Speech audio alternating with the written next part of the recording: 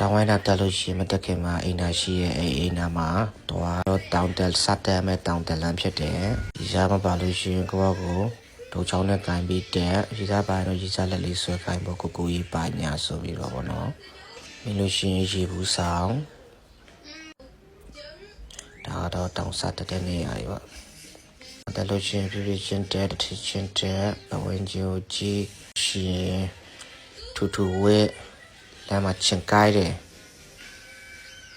လမ်းမှာကျိုးတွေတွေ့ဒီချာကြည့်ကြရတဲ့ကျိုးတွေဆွတ်တက်ဖို့မဟုတ်ဘူးတောင်ပေါ်မှာရန်ထားတဲ့ကျိုးတွေပေါ့နော်ဒါတော့ရောက်ခံနေပြီပေါ့ဒါတော့ရောက်တော့မဲ့နေရပေါ့နော်ဖြူတာလာဖြူရှူနောက်ကမှဖက်တွေအောက်မှာပဲထားခဲ့အပေါ်မှာမပြင်းတဲ့ပြီးလို့ရှိရင်ပေါ်ရောက်ကပောက်ကိုတပ်ပန်းဖမ်းပြီးလို့ရှိရင်လက်ဖက်ပေးတခြားလိုတဲ့နေရာရှိသေးတယ်ဒီလောက်ပါပဲ